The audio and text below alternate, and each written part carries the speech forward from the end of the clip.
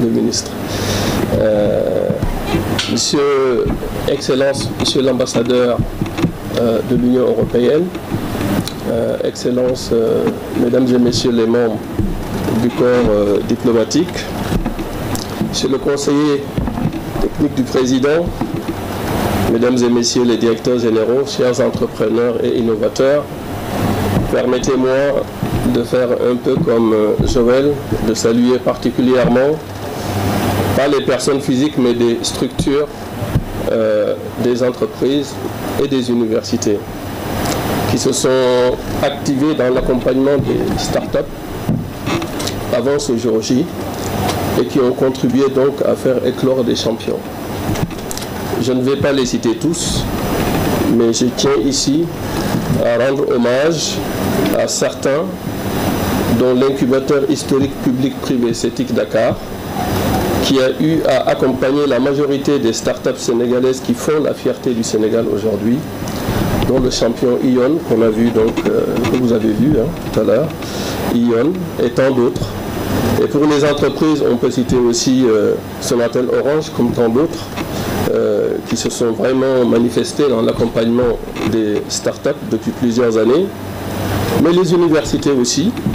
On peut citer l'ESP. Tout à l'heure, on a visité le stand de Tolbi, qui a démarré dans l'incubateur de l'université de l'ESP. Donc tous ces acteurs-là qui ont eu à accompagner les startups donc, avant ce jour J. Bien sûr, j'ai laissé Sen Startup pour la fin.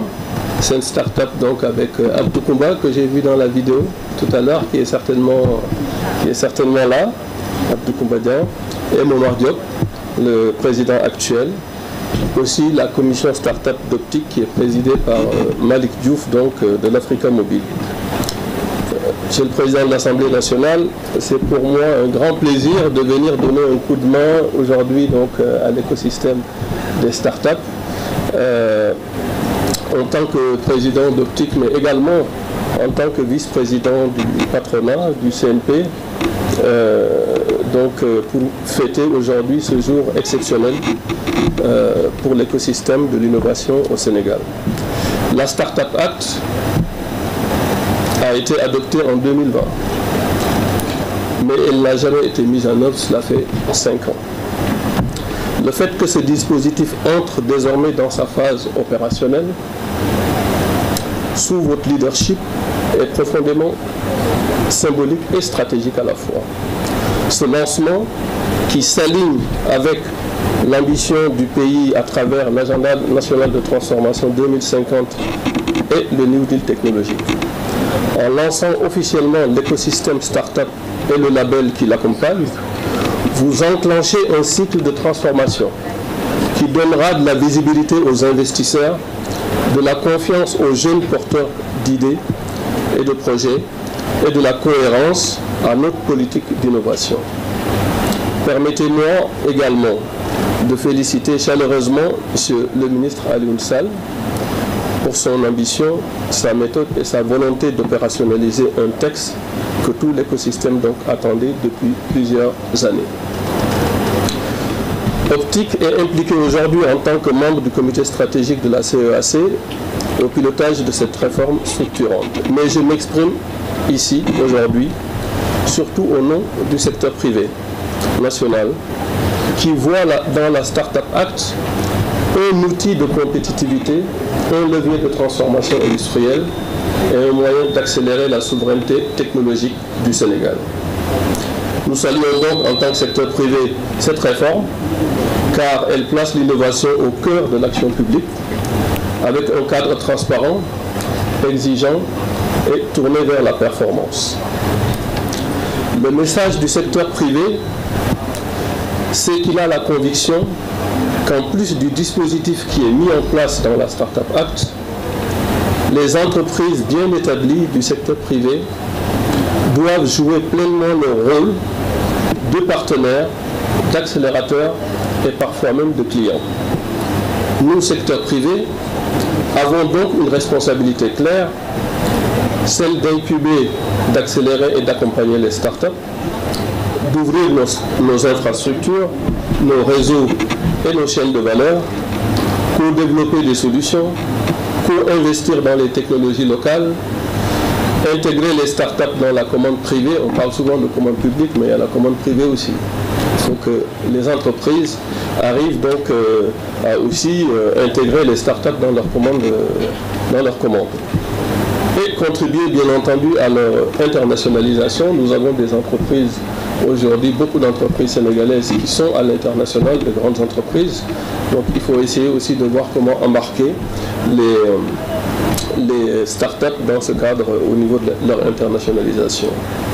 C'est donc cette alliance stratégique entre l'agilité des startups et la capacité d'exécution des entreprises établies qui produira les vrais champions nationaux, capables de s'imposer à l'échelle régionale et continentale. Le patronat sénégalais s'engage à soutenir pleinement cette dynamique. Concrètement, Monsieur le ministre, je vous invite, ainsi que les différents organes de gouvernance de la start-up, d'organiser une rencontre avec le secteur privé et les grandes entreprises établies pour opérationnaliser donc cette alliance stratégique dont j'ai parlé tantôt.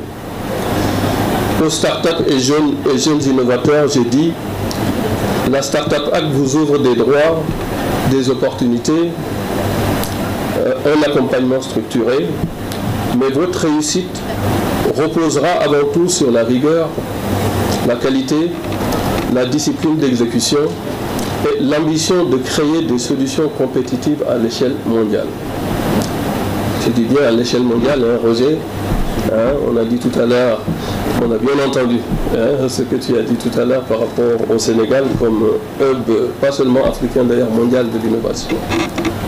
Vous trouverez dans l'État un facilitateur, bien sûr, dans les SAE des accompagnateurs, mais vous trouverez aussi dans le secteur privé les partenaires engagés.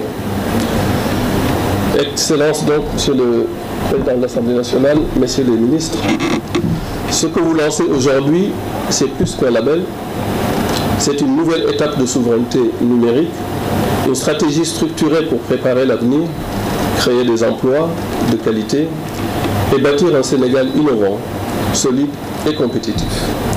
Au nom du secteur privé national, je réaffirme donc notre engagement total à vos côtés pour transformer cette Start-up Act en réussite concrète, en champion et en valeur ajoutée pour le pays. Ensemble, État, secteur privé, start-up, diaspora, partenaires internationaux, nous pouvons hisser le Sénégal au rang de hub d'innovation incontournable donc en Afrique. Enfin, je ne pourrais pas conclure sans appeler, bien entendu, à évoluer la Start-up Act, qui a maintenant plus de 5 ans et qui doit absolument se mettre à jour par rapport à ce qui se fait de mieux aujourd'hui dans le monde en termes d'accompagnement de start-up. Je vous remercie de votre aimable attention.